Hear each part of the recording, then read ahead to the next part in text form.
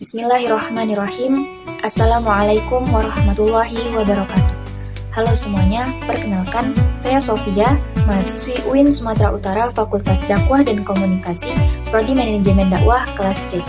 Dengan NIM 0104242081, mata kuliah Ilmu Hadis dengan dosen pengampu Bapak Muhammad Iqbal Abdul Muin LCMA. Presentasi saya berjudul Kasihilah Makhluk yang Ada di Bumi. Kasih sayang merupakan fitrah setiap umat manusia.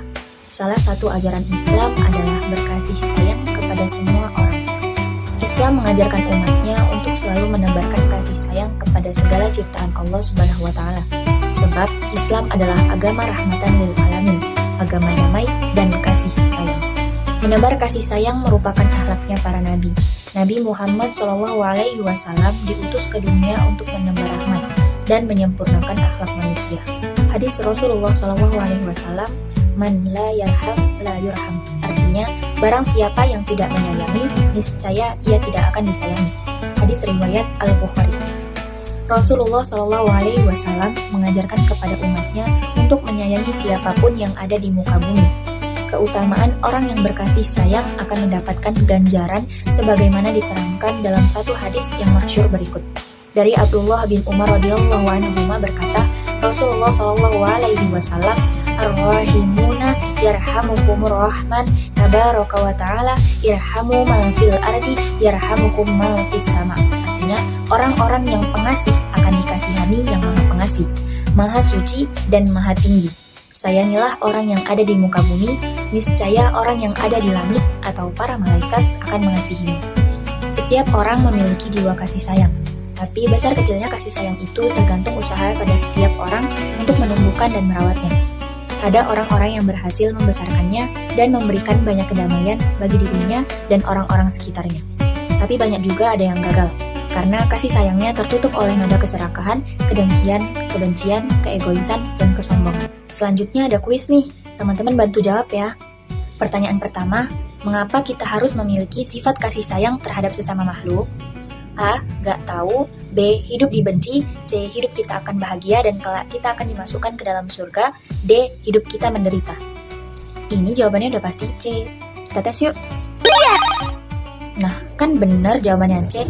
Hidup kita akan bahagia dan kelak kita akan dimasukkan ke surga. Pertanyaan kedua, mengapa agama Islam menuntut umatnya untuk menjadi penyayang bagi seluruh alam semesta?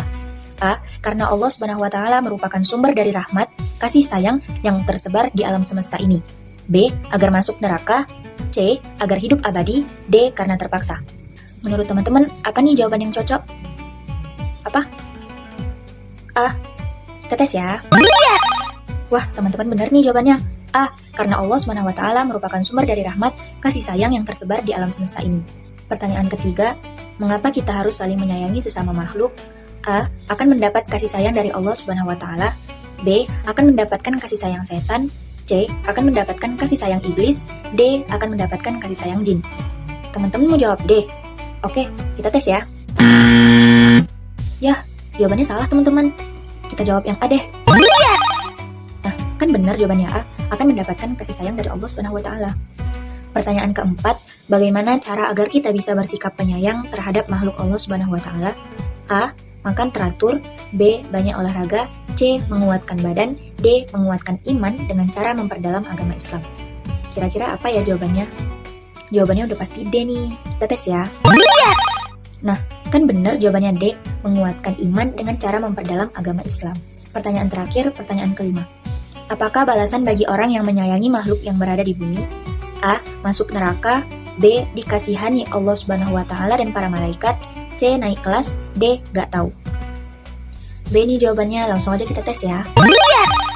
Ya kan benar, B. Dikasihani Allah Subhanahu wa Ta'ala dan para malaikat. Assalamualaikum warahmatullahi wabarakatuh. Halo semuanya, kembali lagi dengan saya Sofia. Mata kuliah ilmu hadis kali ini saya akan mempresentasikan mengenai sanad ahad. Apa itu hadis ahad? Menurut bahasa, kata ahad berarti satu, maka khobar ahad adalah khobar berita yang diriwayatkan oleh satu orang perawi. Menurut istilah ahli hadis, tarif hadis ahad antara lain adalah suatu hadis yang padanya tidak terkumpul syarat-syarat mutawatir. Hadis ahad secara terminologi adalah hadis yang tidak memenuhi persyaratan sebagaimana yang terdapat pada hadis mutawatir, yaitu mencakup hadis yang diriwayatkan oleh seorang perawi pada satu tobakoh atau pada semua tobakoh dengan diriwayatkannya oleh dua orang perawi atau lebih tetapi tidak mencapai jumlah perawi tingkat mutawatir. Pembagian hadis ahad. Teman-teman harus tahu nih, hadis ahad terbagi menjadi 3. Yang pertama, hadis masyhur, yaitu hadis yang diriwayatkan oleh 3 orang atau lebih dalam suatu tobakohnya, namun belum mencapai derajat mutawatir. Yang kedua, hadis aziz, yaitu hadis yang diriwayatkan oleh 2 orang meskipun hanya pada satu tingkatan atau generasi saja. Kemudian setelah itu diriwayatkan oleh banyak orang. Yang ketiga, hadis gharib, yaitu hadis yang dalam meriwayatkannya seorang perawi menyendiri atau tidak ada orang lain yang ikut meriwayatkannya. Faedah hadis ahad. Para ulama sependapat bahwa hadis ahad tidak qat'i, sebagaimana hadis mutawatir. Hadis ahad hanya memfaedahkan zan. Oleh karena itu, masih perlu diadakan penyelidikan sehingga dapat diketahui makbul dan mardudnya. Jumhur ulama berpendapat bahwa hadis ahad adalah hujah syariah yang harus diterima dan diamalkan oleh umat Islam selama hadis tersebut memenuhi beberapa kriteria dan syarat tertentu. Dan kalau ternyata telah diketahui bahwa hadis tersebut tidak tertolak dalam arti makbul, maka mereka sepakat bahwa hadis tersebut wajib untuk diamalkan sebagaimana hadis mutawatir. Bahwa pertimbangan yang harus kita pergunakan dalam berhujah dengan suatu hadis ialah memeriksa apakah hadis tersebut makbul atau mardud. Kalau makbul, boleh kita berhujah dengannya. Kalau mardud, kita tidak dapat iktikat dan tidak dapat pula mengamalkannya. Mari kita kuis. Pertanyaan pertama, apa itu hadis ahad? A. Hadis yang diriwayatkan oleh satu perawi. B. Hadis yang tidak memerlukan perawi. C. Hadis yang tidak memiliki perawi. D. Hadis yang diriwayatkan oleh banyak sekali perawi. Kira-kira jawabannya apa ya? Kita tes jawab yang A ya. Yes! Wah, benar nih teman-teman jawabannya. A. Hadis yang diriwayatkan oleh satu perawi. Pertanyaan kedua, hadis ahad terbagi menjadi berapa? A. 5, B. 4, C. 3, D. 2. Apa ya jawabannya? Kita tes jawab yang C ya. Yes! Wah, benar. C. Terbagi menjadi 3. Pertanyaan ketiga, sebutkan pembagian hadis ahad. A. Masyhur, mursal, sahih. B. Aziz, masyhur, mu'dal. C. Gharib, aziz, dhaif. D. Masyhur, aziz, gharib. Teman-teman mau jawab B. Kita tes ya. Ya, salah teman-teman. Kita tes jawab yang D ya. Yes! Nah, kan benar jawabannya D. Hadis ahad terbagi menjadi 3, yaitu masyhur, aziz, dan gharib. Pertanyaan keempat, jumhur ulama berpendapat bahwa hadis ahad adalah hujah syariah yang harus diterima dan diamalkan oleh umat Islam selama hadis tersebut memenuhi beberapa kriteria dan syarat tertentu. Apakah pernyataan di atas benar? A. Salah. B. Benar. C. Gak tahu. D. Terserah. Ini sih jawabannya B. Benar. Yes! Kan jawabannya benar. Pertanyaan kelima, apa pertimbangan yang harus kita gunakan dalam berhujah pada suatu hadis ahad? A. Tidak ada yang harus dipertimbangkan. B. Memeriksanya dengan timbangan. C. Tidak tahu. D. Dengan memeriksa makbul dan mardudnya. Teman-teman mau tes jawab yang D? Kita tes ya. Yes! Wah, benar nih teman-teman jawabannya D. Dengan memeriksa makbul dan mardudnya. Itu saja presentasi dan beberapa kuis dari saya. Mohon maaf apabila masih banyak kekurangan dalam penyampaian materi. Terima kasih. Wassalamualaikum warahmatullahi wabarakatuh. Bismillahirrahmanirrahim. Assalamualaikum warahmatullahi wabarakatuh. Alhamdulillahirabbil alamin. Wassalatu wassalamu ala asyrafil anbiya'i wal mursalin nabiyina Muhammadin wa ala alihi wa sahbihi ajma'in wa man tabi'ahum bi ihsanin ila yaumiddin. Amma ba'du.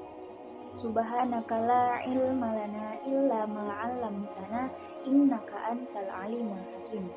Rabbi shrah li sadri wa yassir li amri wahlul 'uqdatam min lisani yafqahu qawli.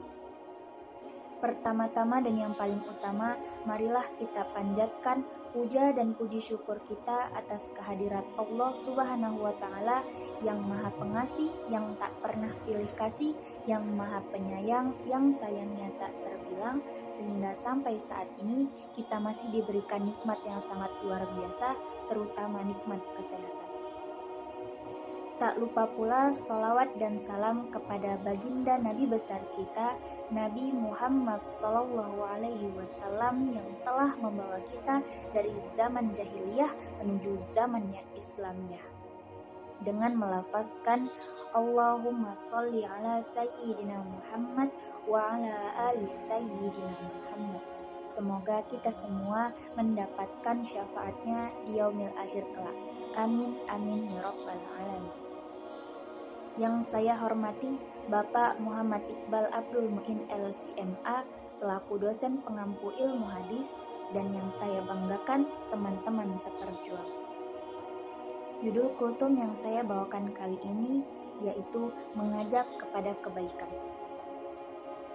Di dalam kehidupan kita sehari-hari, contoh terbaik bagi kita yaitu baginda Nabi besar kita, Nabi Muhammad SAW.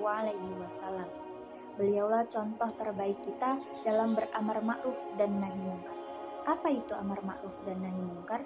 Amar ma'ruf yaitu mengajak kepada kebaikan, dan nahi mungkar yaitu mencegah untuk berbuat keburukan, mencegah untuk berbuat hal-hal yang tercela. Quran Surah Ali Imran ayat 104. Bismillahirrahmanirrahim. Wal takum minkum ummatun yad'una ilal khairi wa ya'muruna bil ma'rufi wa yanhauna 'anil munkar wa ulaika humul muflihun. Kesimpulan dari firman Allah tersebut, kita sebagai umat muslim, kita sebagai umat baginda Nabi besar Muhammad SAW diwajibkan untuk beramar ma'ruf dan nahi mungkar, terutama di kehidupan kita sehari-hari. Salah satu hadis Rasulullah SAW an Abi Sa'id al-Khudri radhiyallahu anhu qala sami'tu Rasulullah SAW yaqulu man ra'a minkum munkaran falyughayyirhu biyadihi fa illam yastati' fa bilisanihi fa illam yastati' fa biqalbihi. Di dalam hadis Rasulullah tersebut ada 3 cara untuk merubah kemungkaran. Cara yang pertama, biyadihi, merubah kemungkaran dengan tangan.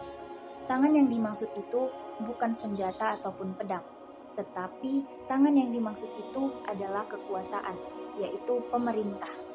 Apabila seseorang telah melihat adanya kemungkaran, maka ia ingin merubahnya dengan tangannya, maka ia harus melaporkannya, harus mengkoordinasikannya dengan pemerintah, agar kemungkaran tersebut dapat diminimalisir. Kedua, merubah kemungkaran dengan lisannya. Menyampaikan wejangan, menyampaikan nasihat, menyampaikan dialog yang santun, baik di dalam mimbar-mimbar pengajian maupun menyampaikan langsung kepada yang bersangkutan. Ketiga, merubah kemungkaran dengan hatinya. Apabila seseorang tidak memiliki kekuatan, tidak memiliki kekuasaan untuk merubah kemungkaran dengan tangannya, tidak memiliki keberanian untuk merubah kemungkaran dengan lisannya, maka cara yang ketiga, cara yang terakhir, yaitu merubah kemungkaran dengan hatinya. Menjaga dirinya, menjaga hatinya agar tidak terjerumus untuk melakukan kemungkaran. Menjaga hatinya dengan cara tidak mendatangi tempat-tempat yang dapat menimbulkan kemungkaran dan tidak latah untuk ikut-ikutan dalam melakukan kemungkaran tersebut. Itu saja kultum saya kali ini. Semoga apa yang saya sampaikan bermanfaat untuk kita semua, dan mudah-mudahan kita dapat membanggakan baginda Nabi besar kita, Nabi Muhammad SAW, dengan membantu dakwah beliau dengan beramar ma'ruf dan nahi mungkar di kehidupan kita sehari-hari. Abang Pian makan papaya, jangan lupa dibelah 4. Cukup sekian kultum saya, semoga bermanfaat. Akhirul kalam, wabillahi taufiq wal hidayah, waridha wal inayah. Wassalamualaikum warahmatullahi wabarakatuh. A'udzu billahi minasy syaithanir rajim. Bismillahirrahmanirrahim. Alif Lam Mim. Tanzilul kitabi la raiba fihi min rabbil alamin. Am yaquluna iftarah, bal huwal haqqu min rabbika litunzira qauman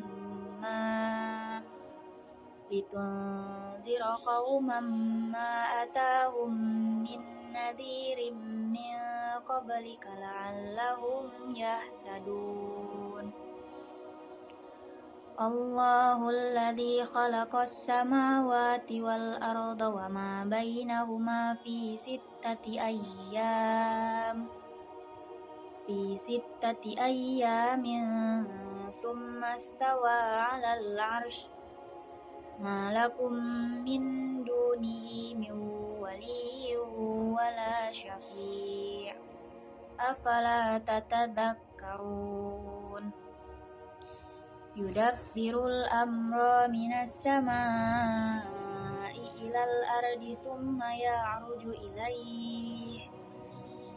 ya'ruju ilaihi fi yawmin kana miqdaruhu alfa sanatin mimma ta'uddun.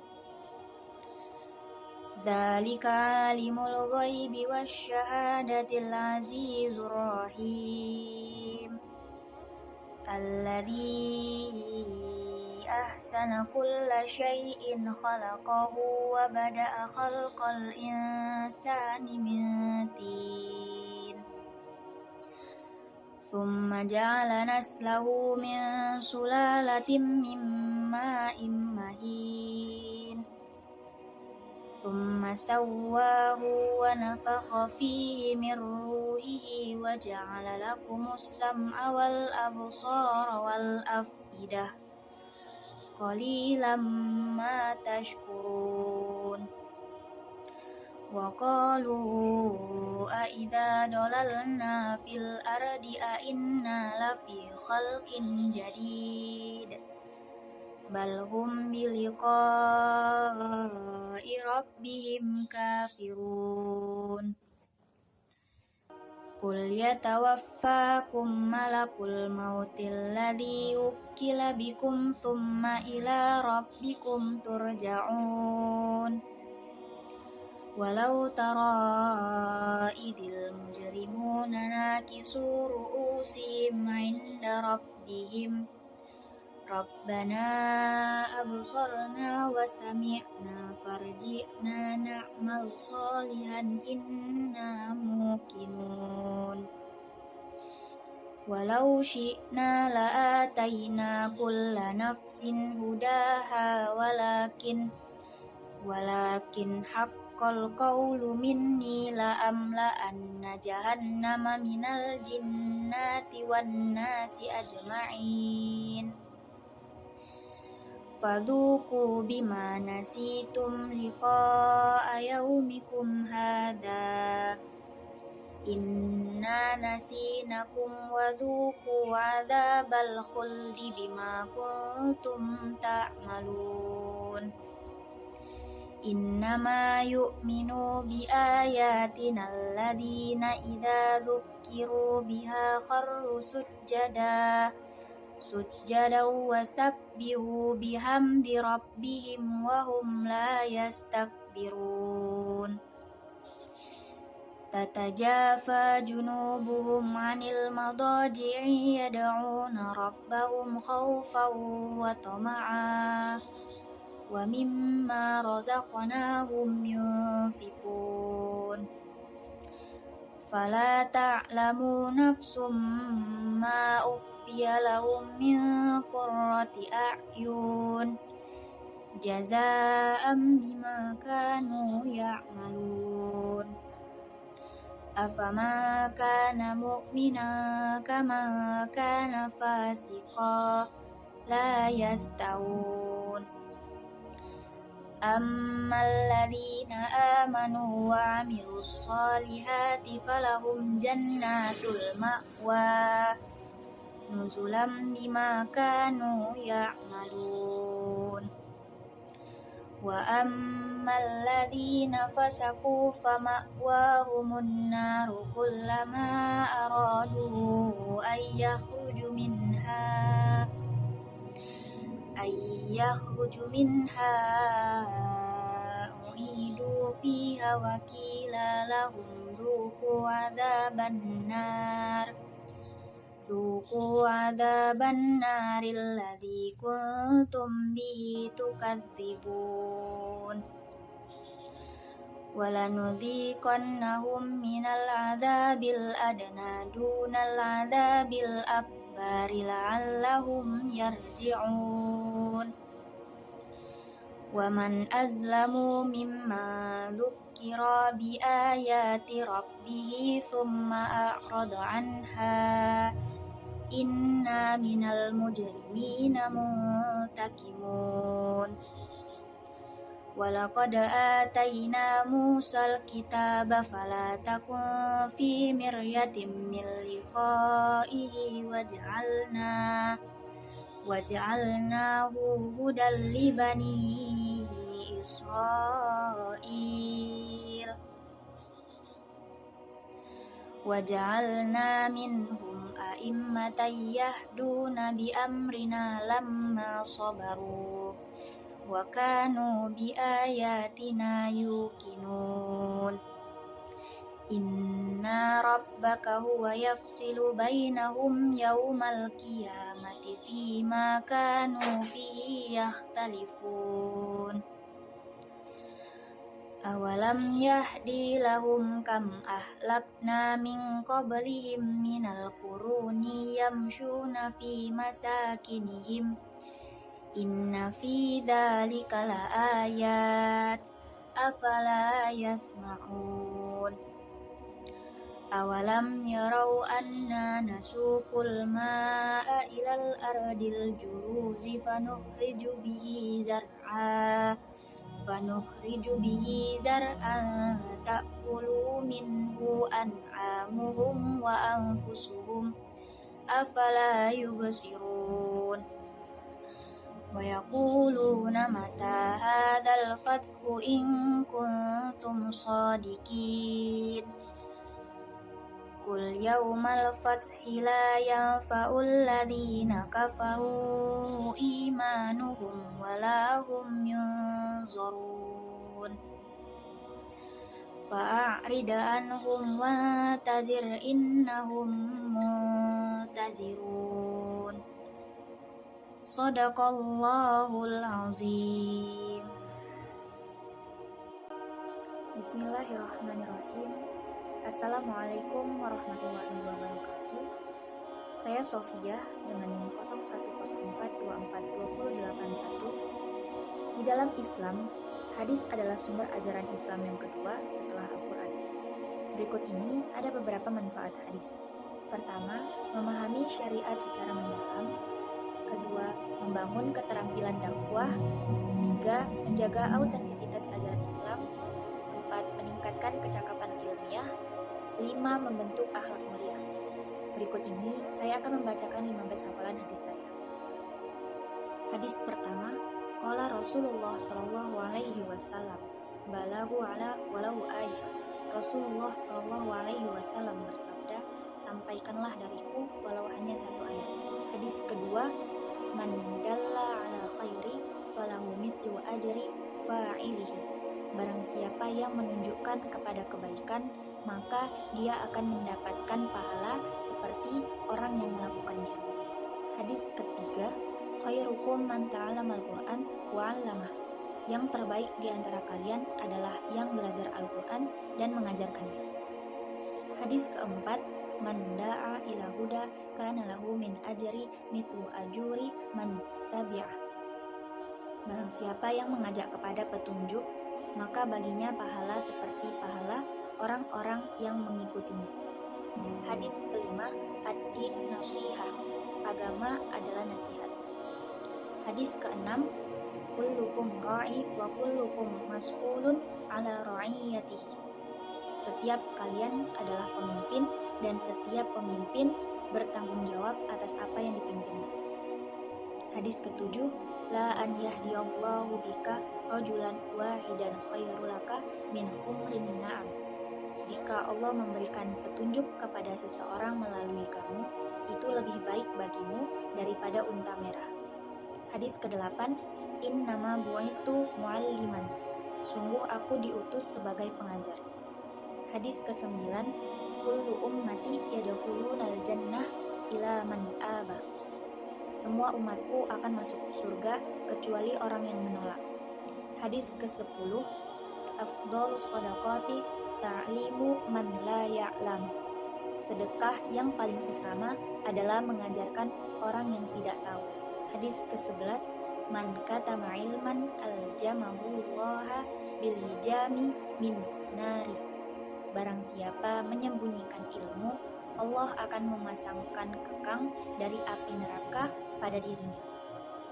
Hadis ke-12, innallaha la yanzi'ul ilma intiza'an minal ibadi walakin yanzi'ul ilma biqanidil ulama. Allah tidak akan mencabut ilmu dengan tiba-tiba, tetapi dengan mewafatkan para ulama. Hadis ke-13, la tazulu qadaman abadi yaumal qiyamah hatta yus'ala an ilmihi mada amila fihi. Kedua kaki seorang hamba tidak akan bergerak pada hari kiamat sebelum ditanya tentang ilmunya, apa yang telah dia amalkan darinya. Hadis ke-14, man ahabba an yustalahu fi rizqihi wa yunsa'alahu fi atharihi falyasil rahimah. Barang siapa yang ingin diluaskan rezekinya dan dipanjangkan umurnya, maka hendaklah ia menyambung tali silaturahmi. Hadis ke-15, man sunna fil islami sunnatan hasanatan falahu ajruha wa ajru man amila biha. Barang siapa yang memulai suatu kebiasaan yang baik dalam Islam, maka dia akan mendapatkan pahalanya dan pahala orang-orang yang mengamalkannya.